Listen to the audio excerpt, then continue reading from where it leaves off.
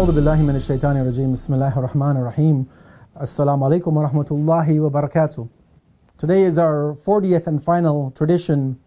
from the series on reconnecting to the Thaqalain, the Quran and the family of the Prophet.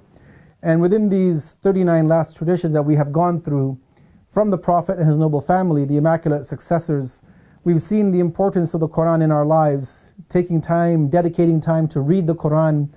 to reflect on the Quran, to memorize the Quran, to act upon the Quran. And all of these traditions we have seen the central role that the Quran should play in each and every one of our lives.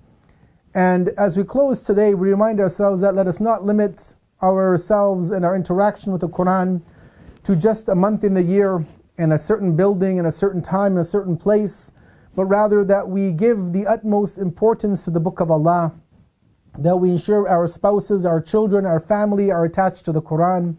and that we constantly are reading and reflecting and learning new from the Quran, because indeed the Book of Allah is an endless ocean of knowledge, a priceless jewel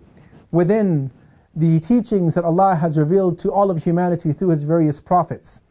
Today in our final hadith, which comes to us from the 6th Imam and successor of the Prophet Muhammad, namely Imam Ja'far ibn Muhammad as-Sadiq, may God's peace and blessings be upon him. He reminds us of the importance of having the Quran within our homes and gives us a spiritual reward, something which we may not be able to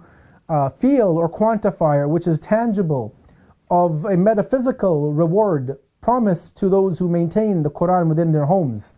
And in this tradition, the 6th Imam says the following statement: I would like to see a Quran in every house, so that through this Allah would repel the Satan from that house. Again, this is not something which you and I can quantify, that we could measure or gauge or somehow put our finger on what does the Imam mean. But we understand, we take the hadith at face value, that there is some metaphysical, unseen reality of having the Quran within the house. And obviously, we don't just mean to have a physical copy of the Quran, that is one understanding. But also, it's not only enough to have the book there, but also to read it, to use it, to actually work with this book,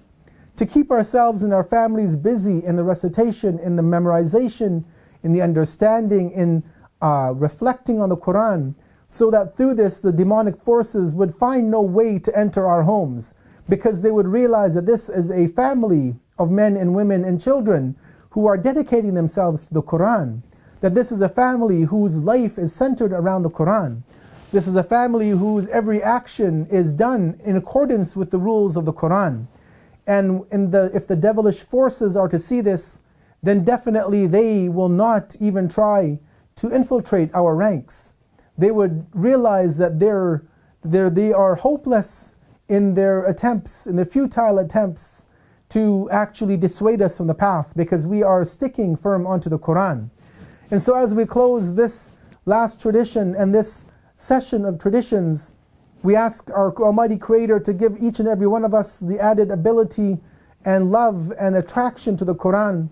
that we can do justice to the Quran, we can read the Quran on regular times, at regular intervals, we can work to understand the Quran, we can work to implement the Quran, we can work to memorize the Quran, and most importantly, we can work to ensure that we are always connected to the Thaqalain, the Book of Allah, the Quran, and the family of the Prophet, because these two, as we mentioned before, and we'll conclude with this, would never separate from one another. And if we truly want to follow true Islam, not what is being projected in the media as being Islam, which is nothing other than a corrupt, adulterated, very minute semblance of Islam, the only way we can do so is by following the Prophet and his immediate 12 successors, those who began with the revelation and those whose life revolved around the revelation, beginning with the commander of the faithful, Imam Ali, the first successor, the first caliph for the Prophet, his immediate successor, his brother, his helper in this world and the next, and the 11 Imams to come from the progeny of Ali and Fatima. May God's peace and blessings be upon them.